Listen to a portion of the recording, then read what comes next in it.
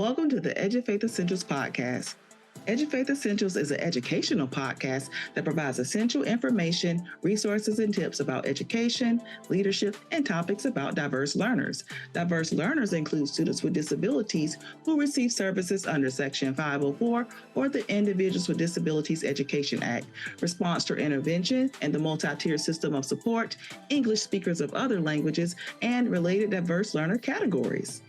Edufaith Essentials' mission is to bring positive awareness and promote equity and inclusion in education by sharing information and topics about non-traditional learners. Edufaith Essentials' goal is to restore faith in education one student at a time by empowering listeners with knowledge, because we all know that knowledge is power, so let's be powerful. I am your host, Dr. Nakia, sending you good vibes and thanking you for joining me for another episode of the Edufaith Essentials Podcast.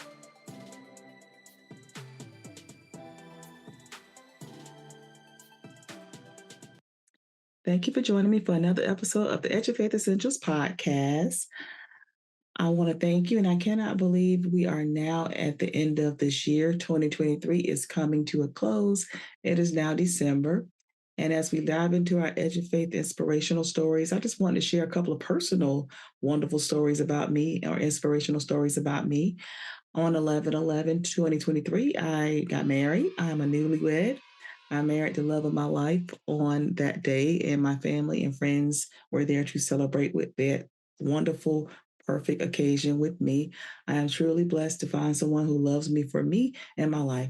Another blessing, or another positive thing that's happened to me, is that my oldest son, Alex, the one I refer to quite a bit on this podcast, he will be graduating with his bachelor's degree in criminal justice at Albany State University. So I'm so proud of him and proud of everything he's done and accomplished throughout the years, and how we've had that support system and used all the resources and everyone, his professors and everyone, to help promote him, to get him to this level, all his teachers in the past and everyone, family, friends, teachers who've supported us and got us to this level. I'm so proud of him, and I look forward to seeing him walk across that stage and seeing what he does next in his life. So I just want to share those two personal, wonderful events that happened in my life: my marriage and the graduation of my oldest son, Alex, who I often refer to on this podcast. Now we're going to dive into our Edufaith Inspirational Podcast stories. Enough about me, so let's go ahead and get started. The first one is coming out of Dothan, Alabama, and this is a Misfits Christmas shop. The Misfits Christmas shop had a grand opening event, and it launched on November 16th. And this event was hosted by the Doug 2 Therapeutic Recreation Center. And this was a holiday-themed pop-up showcase that provided a variety of items such as ornaments, hot chocolate, soup mixes, door hangers, birdhouses, and handmade holiday ornaments. These holiday ornaments were created, and the whole pop-up shop was created by adults with intellectual and developmental disabilities from the Dothan area. The shop was open until December 2nd, and 100% of those proceeds went back into the therapeutics programming initiatives. For more information, I have that information and the website on the Edufaith Essentials YouTube page. Although the timeline for the shop is closed by the time this podcast airs, I still wanted to encourage you to check out this event for the future, for next year. So keep it on your radar for next year and just check out what they have to offer. I thought it was a sweet story, and it went right along with the holiday season. Another story I want to focus out of Augusta, there's a 4th annual Be Mighty Christmas Toy Giveaway for special needs and disabled children, and it's going to be held on December 19, 2023 at the Burke County Library. So if you are interested in that at all and interested in checking it out, I will have that link on the Edufaith Essentials YouTube page. And as we close out our inspirational, I just want to encourage you to have a happy holiday, happy new year, peace and blessings to everyone as you go through this holiday season. And I hope this is a time for you to reflect on how great or how you want to do better for 2024, and how wonderful and the great things that happened for you in 2023. And that's going to be it for our inspirational story. Now let's shift to some dates to remember. On December 2nd, it is National Special Education Day. And I am actually recording this podcast on December 2nd. And this is the day that we recognize changes in federal legislation that led to the nation's first federal special education law. Special Education Day, hashtag Special Education Day, began in 1971, and a U.S. court case in the District of Columbia, Mills versus the Board of Education, ruled it unlawful to deny exceptional children, including those with learning and mental disabilities, deny them state-funded educational opportunities. Court cases like this led to the 1975 Education for All Handicap Act. President Gerald Ford signed this legislation into law on November 29, 1975. The federal legislation required states to accept federal money to provide equal access to children with disabilities. In 1986, legislators added protections to support parents and educators in creating education plans for children with disabilities. Then in 1990, the Education for All Handicapped Children Act was renamed to the Individuals with Disabilities Education Act, and it was pushed into place to improve access for all children with developmental delays. The act has enhanced over the years to improve services and standards throughout our educational system. And a lot of times you hear me talk about IDEA. All of this stemmed from beginning in 1971, and then in 1975 when President Ford signed the law, and from there came the Education for All Handicap Act, and then from there they changed the name to the Individuals with Disabilities Education Act. And I said that it mentioned and provided access for children with developmental delays, but the Education Act actually supports all students with disabilities. And it's been reenacted through the years to improve services throughout our educational system. So it all started on Special Education Day, December 2nd, and it started with the November 29th signing of the Education for All Handicapped Children's Act. So that's a great date to remember for December. Other dates include International Day of Persons with Disabilities, which is December 3rd. Human Rights Day is December 10th. National Inclusive Schools Week is December 10th. And then I always want to recognize our holidays in December. We have Hanukkah that's coming up. We have Kwanzaa, and then we have Christmas, which is December 25th. As we close out the year, I want to encourage you once again to reflect on 2023 and the wonderful things that may have occurred in your life in 2023. And then let's shift and look towards 2024 and what we're going to do to be even better. And that's going to close out our Edufaith Inspirational Message. Now let's shift to some essential news coming from the U.S. Department of Education. This news is from November 9, 2023.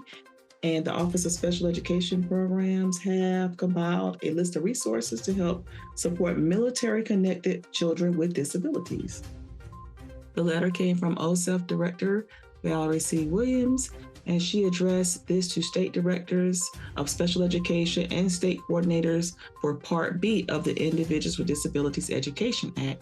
And in this, she emphasized the need to help support military-connected children with disabilities and their families through the numerous educational and life transitions.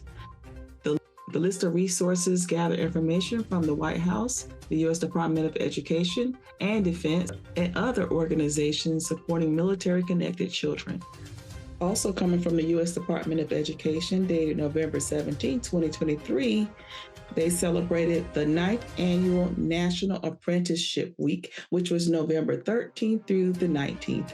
National Apprenticeship Week spotlights the value of registered apprenticeships, an industry-driven, high-quality career paths where employers can develop and prepare their future workforce, and individuals can obtain paid work experiences to receive wages, wage increases, classroom instruction, and portable, nationally recognized credentials. The information is aligned with apprenticeship.gov.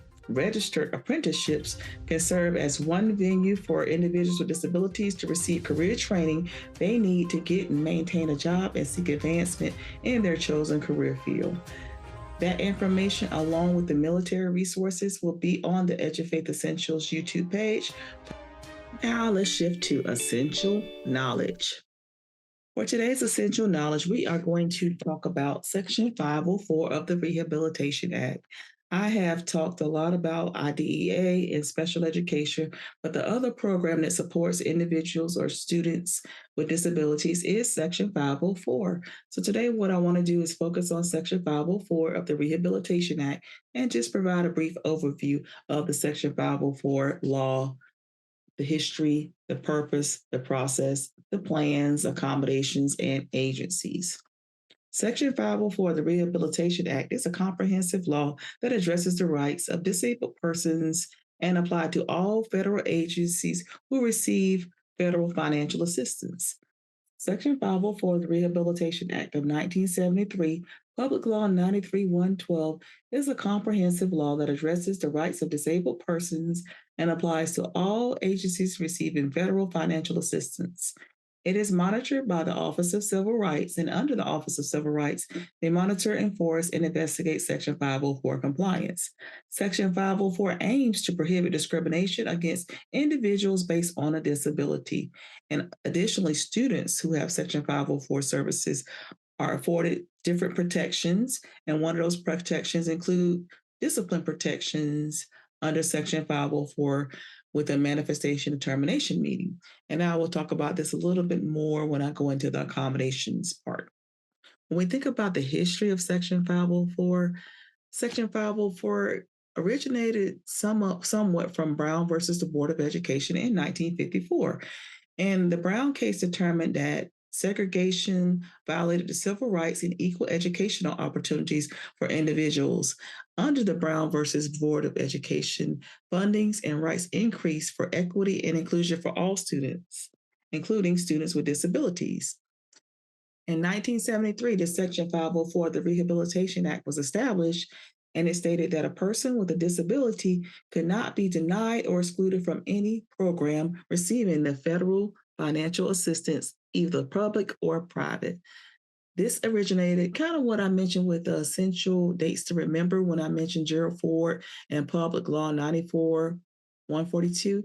This all came around that time as well with the Education for All Handicap Act, known as Public Law 94-142. And it was signed by President Gerald Ford, just like I mentioned in our December dates to remember. And with the Education for All Education Act, it focused on access to education, but it left the courts to decide the degree of educational opportunities. Senator Hubert Humphrey in 1977 declared Section 504 as a civil rights act to help support individuals with disabilities. It was greeted with hope and satisfaction by Americans who had had distress or had had mental disabilities, and they had that callous or thoughtless discrimination. So they were excited to have a law or something to support individuals with disabilities because their rights were violated over time prior to the signing of the Education for All Handicap Act. Throughout the years, Section 504 had to go through additional legislation to specify civil rights and what specific protections were offered and who was eligible for those protections. The Educational Amendments of 1974 amended Section 504, and in 1978, the Act was clarified to explain the extent of civil rights and protections for persons with disabilities by all, including all remedies, procedures, and freedoms contained in the Civil Rights Act of 1964. Section 504 was amended in 1978, and it promised an equal opportunity system based on that information. Section 504 states that no otherwise qualified handicapped individual in the United States shall solely because of his handicap be excluded from the participation in, be denied the benefits of, or be subject to discrimination under any activity, federal financial assistance. Section 504 mandates and aligns with the federal civil rights laws and prohibits discrimination by federal recipients based on race, sex, and education. These amendments expanded Section 504 and then expanded to other requirements for programs and activities. Under that amendment, the law defined what handicapped persons are or how you define a handicapped person. And back in the 60s and 70s, that's how they defined a person with a disability. They defined that person as handicapped. I'm going to restate it. So a disabled person was defined according to the law as a person with a physical or mental impairment that substantially limits one or more major life activities, or a person who has a record of an impairment, a person who is regarded as having an impairment, or a person who has a current impairment. All of these laws also are amended under the Americans with Disabilities Amendment Act, which in 1990 required school districts compliance that received federal aid, which meant under the Americans with Disabilities Amendment Act and the Office of Civil Rights, they require specific components, and school districts follow specific components, which include parent involvement, procedural safeguards, which is a systematic process, an evaluation process, and due process procedures. So that's just an overview of the history of Section 504. It all started with Brown versus the Board of Education. And from there, it started with the Education for Handicap for All Act, and then it morphed into the Americans with Disabilities Amendment Act. When we think about the purpose of Section 504, I mentioned it already, but the purpose of a 504 plan is to provide protections for a disabled person or a person with a disability who has a physical or mental impairment that substantially limits one or more major life activities. For individuals who have disabilities under 3 categories, so that person who has a present impairment, a person who has a history of an impairment. For instance, if there was a student who had cancer and the cancer is now in remission, that student cannot be discriminated against because of their past impairment. Or it also provides protections for individuals with a perceived impairment. You say, how does that work? Well, if an individual perceives that someone has attention deficit disorder or tuberculosis or any type of impairment, you can't be discriminatory based on that perception, even if you don't have the evidence. You can't perceive that someone has something and be discriminatory because of that perceived disability. So Section 504 protects those present, past, and perceptions. Reiterating the purpose of Section 504, Section 504 provides protections against individuals with a physical or mental impairment so that they are not discriminated against. And it provides protections for students who are in school age, discipline protections, because those discipline infractions have to be discussed and determined if that discipline is related to the impairment or if it's caused by the impairment. The whole purpose of Section 504 is to level the playing field for an individual with a disability so that they can compete and participate with their non-disabled peers. It is not intended to give an unfair advantage or a leg up, and you always are comparing that person with their non-disabled peers and what accommodations or what supports they need so they can compete with their non-disabled peers because they have that disability. Another category under Section 504 is otherwise qualified. Otherwise qualified means that a person with a disability wants to be a part of an activity, and this could be a school activity, a work activity, etc. A person who is otherwise qualified may be a person with a disability, but they can meet the legitimate skill, experience, education, or requirements to perform that essential function of the position with or without reasonable accommodation. A school district or a work environment can't refuse a person participation solely based on that disability. So with the otherwise qualified person, if they can perform the essential function and skill and complete the tasks to be a part of that sports team, to be a part of a chorus, to be a part of a band, if they can perform the essential functions with reasonable accommodations, then they are otherwise qualified, and you can't be exclusionary to that person because they have a disability. For instance, you're looking to have a child who might want to try out for the football team, and that child has asthma, and they have a 504 plan for asthma. And the coach says, I don't want him on my team because he has asthma. Well, if that student can run and they can do everything else to be a part of that team, but the only thing that they have that may slow them down is asthma, then that student is otherwise qualified. They have the GPA, they can perform the essential functions to be on the team. They're team players, they can run, but they may have to take a break to use their inhaler. That student can't be excluded because of their asthma, because of the documented disability. Therefore, they're otherwise qualified. So otherwise qualified individuals under Section 504 means, once again, they can meet the legitimate skill, experience, education, or requirements and perform the essential function for the position or activity with or without reasonable accommodations. Now, remember, I said Section 504 is not intended to give an unfair advantage. So if there are certain criteria and that person has a disability and they fail to meet the criteria, you can't use that to say they have a 504 plan or they have a disability, they should be on the team. If they can legitimately perform that function and they can legitimately be a part of the team, then they are otherwise qualified. But I want to make sure that you don't misconstrue that as a crutch because they have a 504 plan. They should be on this team, even if they're not that good at the sport or if they cannot perform the essential function. They have to be able to perform the essential function in order to be classified as otherwise qualified. So I want to make sure that as I talk through that one, I mentioned that they can perform the essential function. Make sure that we look at the criteria, and if that child meets that criteria or that employer meets the criteria and they can perform the essential function and they're good at it, but the only thing they have going on is a disability, they're otherwise qualified. But we don't want to use Section 504 to provide an unfair advantage or a leg up if that person is not good at the essential function. I want to make sure that I clarify that as I talk through otherwise qualified, because we want to make sure that we have the right people on our teams who can perform the essential functions. Another thing I want to mention with Section 504, I mentioned protections against discrimination, but I want to go ahead and talk about a little bit more the discipline protections. So under Section 504, if a student has a Section 504 plan, and they're going to be suspended in a way where it's going to constitute a change in placement.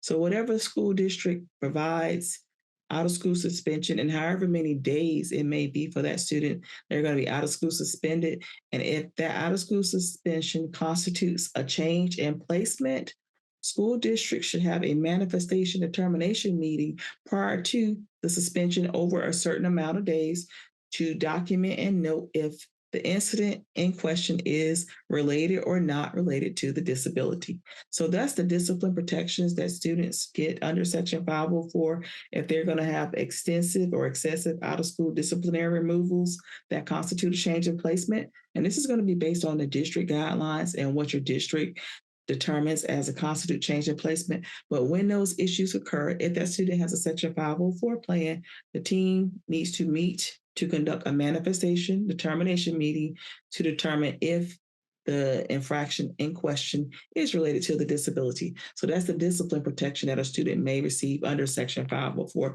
And most school districts have processes in place for that. Speaking of processes, all school districts have processes for students under Section 504. And under that, they determine how that student is going to qualify for Section 504 services, how often the team is going to meet to update the plans, how often teams will meet to conduct a reevaluation to determine if potential limitation to a major life activity and if that student requires services. So all districts must have this, and this is a part of their procedural safeguards. Also a part of their procedural safeguards are parent rights.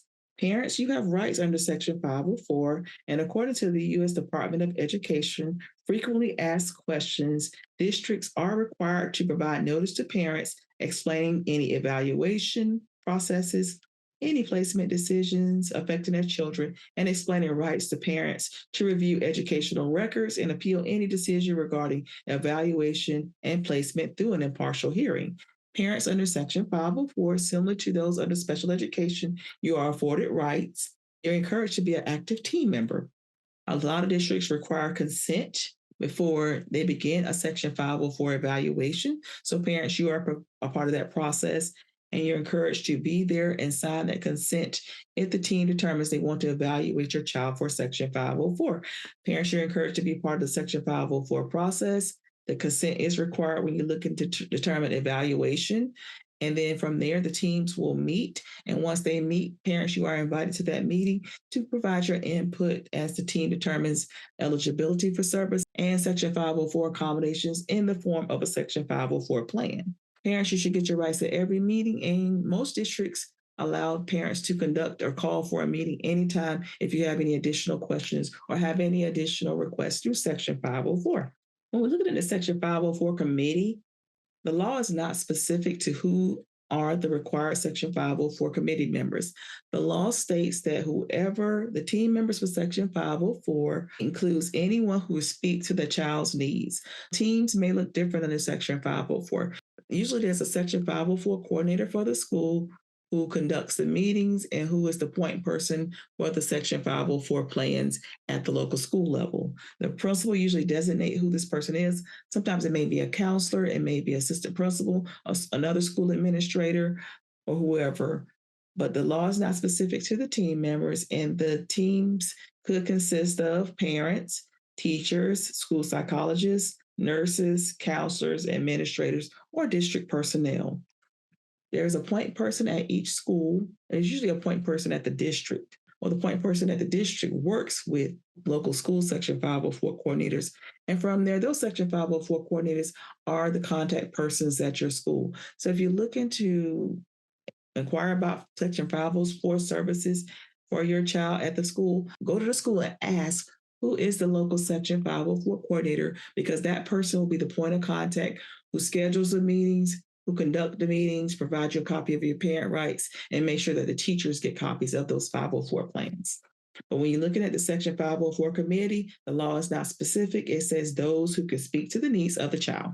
Once we're getting into Section 504 and the coordinator conducts a meeting, usually they do two things. They're going to have an evaluation, and parents, you're going to be a part of that Section 504 evaluation.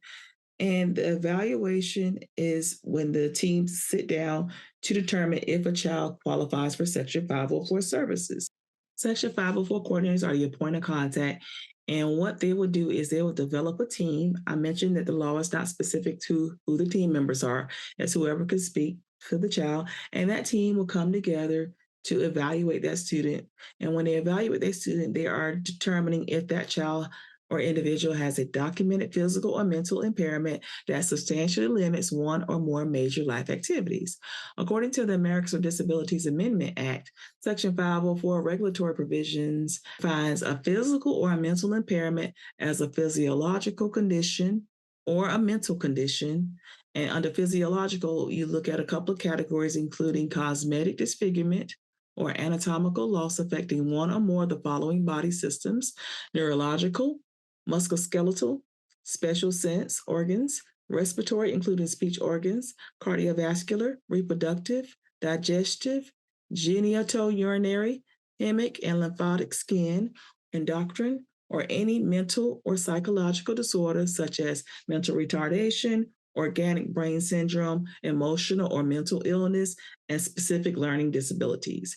When you think about some of the common impairments aligned with Section 504, some of those common impairments include anxiety, attention deficit disorder, asthma, dyslexia, if that student doesn't qualify under IDEA, chronic health conditions, diabetes, HIV/AIDS, psychological conditions that are not served under IDEA, traumatic brain injury, and so forth.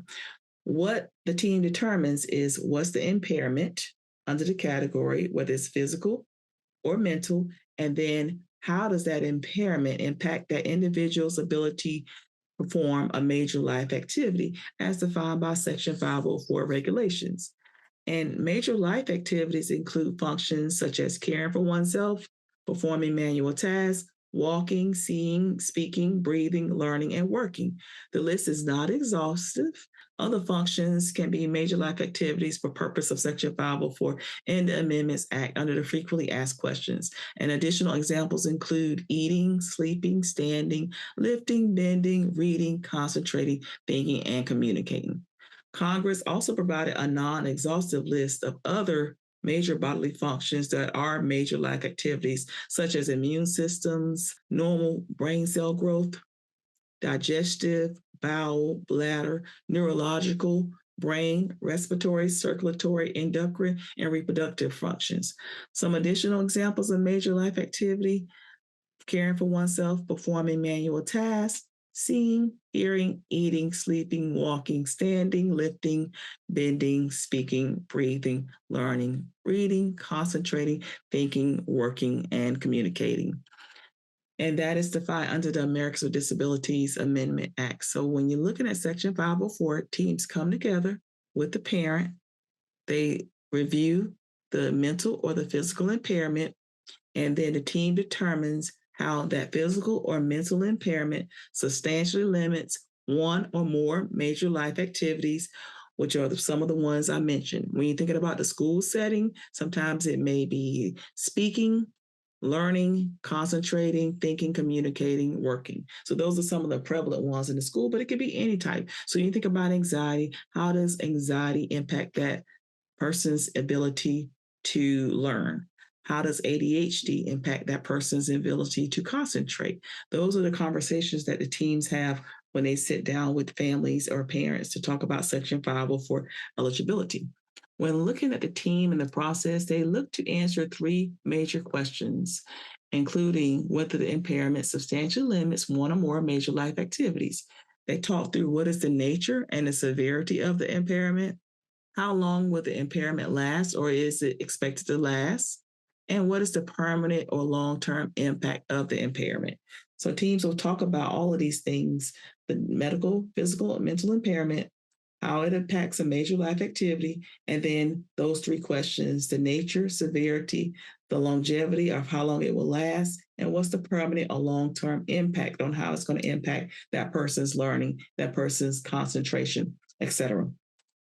Individuals may also qualify for temporary impairments, and those are those impairments that may have little impact and may not last long. For instance, a child may have a broken arm, and because of the broken arm, their learning is impacted because they are unable to physically write or care for oneself. So they might have a 504 eligibility that is temporary, and after that child heals, that plan goes away and you decrease it.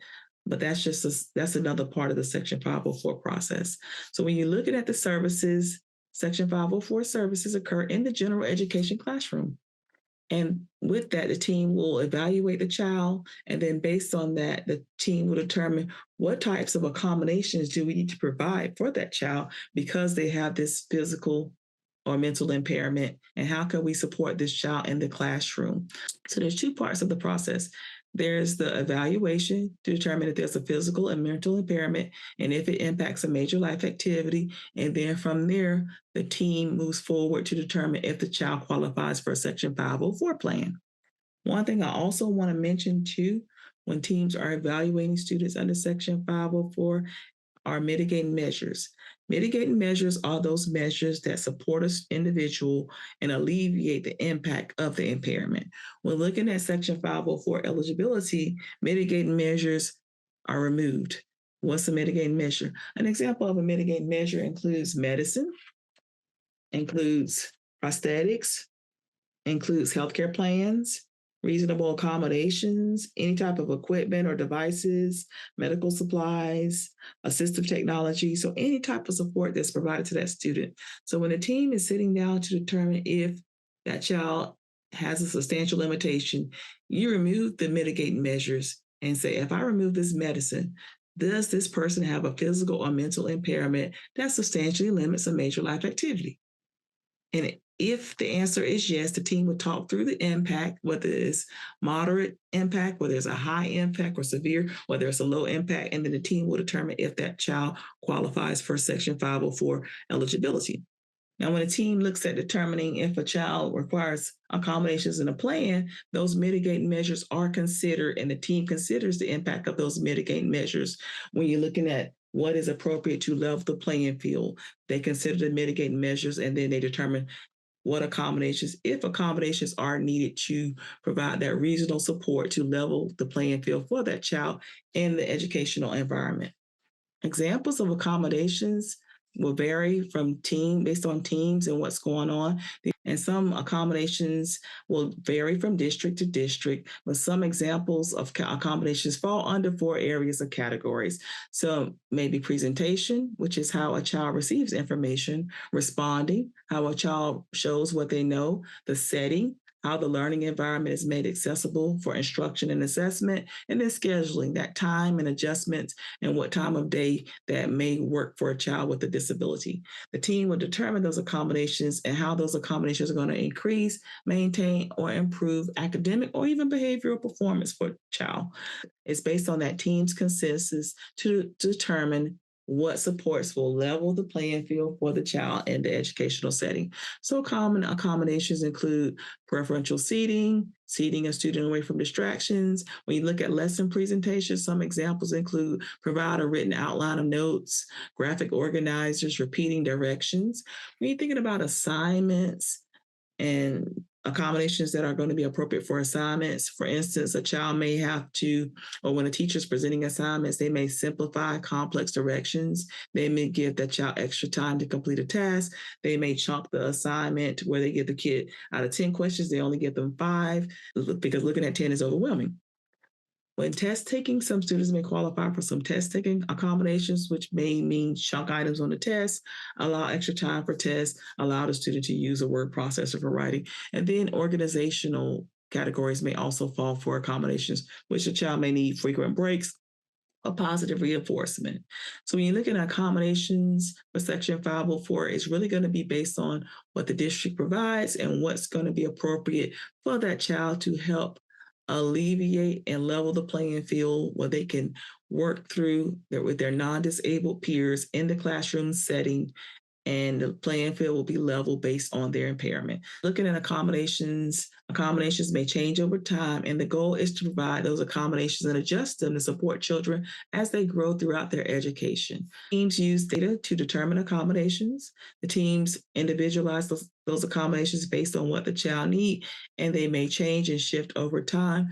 But the overall goal of the accommodation is to level the playing field for a child who has an impairment under Section 504. And as I mentioned, these might be those decisions that are data driven and driven to alleviate the impairment and the impact of the impairment and supports the child and level the playing field in the educational environment. When we think about Section 504 and the local agencies that support Section 504, those agencies include the Office of Civil Rights, also the U.S. Department of Education. When we think about the U.S. Department of Education, that's who oversees the Individuals with Disabilities Education Act, and then the Office of Civil Rights. They provide those regulations and enforce compliance under Section 504.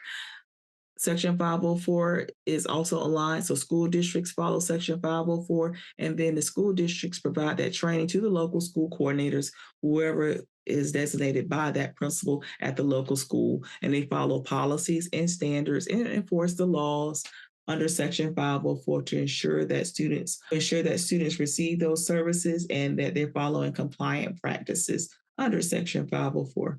Other agencies, the U.S. Department of Education is the federal government agency that creates policies for and oversees Section 504 and coordinates most federal assistance to education. The Office of Civil Rights is a component of the U.S. Department of Education that enforces Section 504 of the Rehabilitation Act of 1973, which is the civil rights statute prohibiting discrimination against persons with disabilities.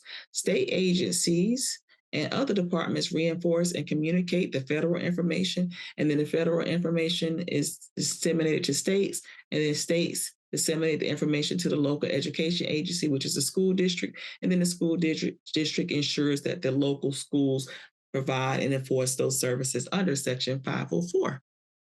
When you think about post-secondary in Section 504, students receiving services under Section 504 may be eligible for these services at the post-secondary level, and not only at the college level, but even as an employee in the workplace.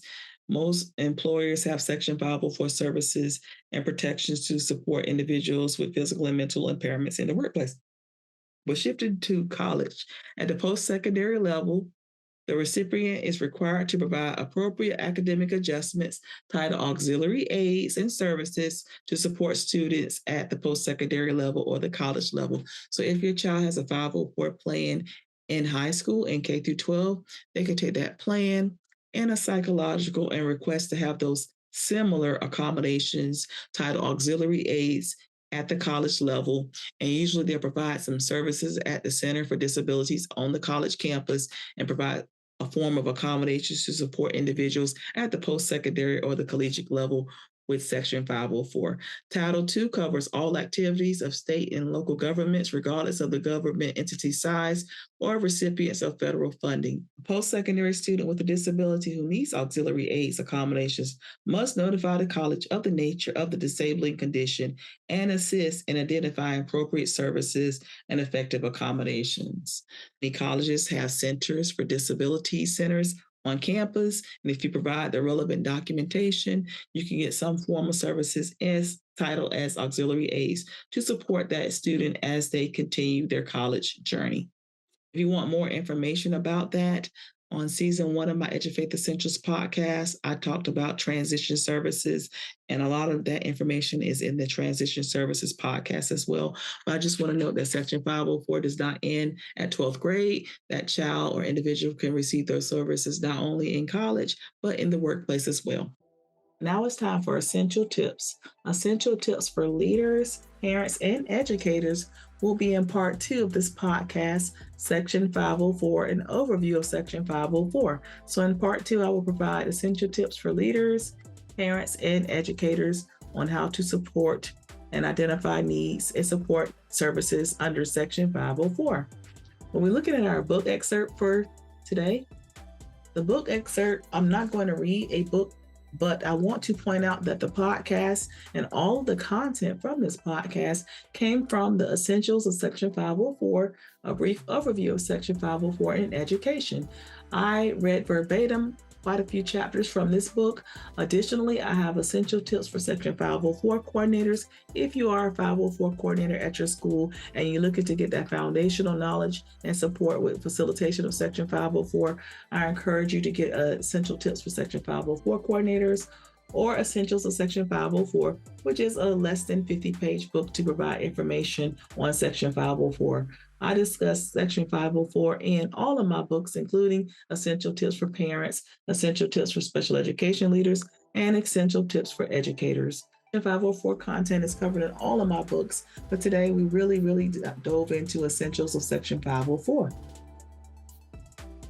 The word of wisdom: I don't have a disability, I have a different ability. And that is from Robert M. Hensel.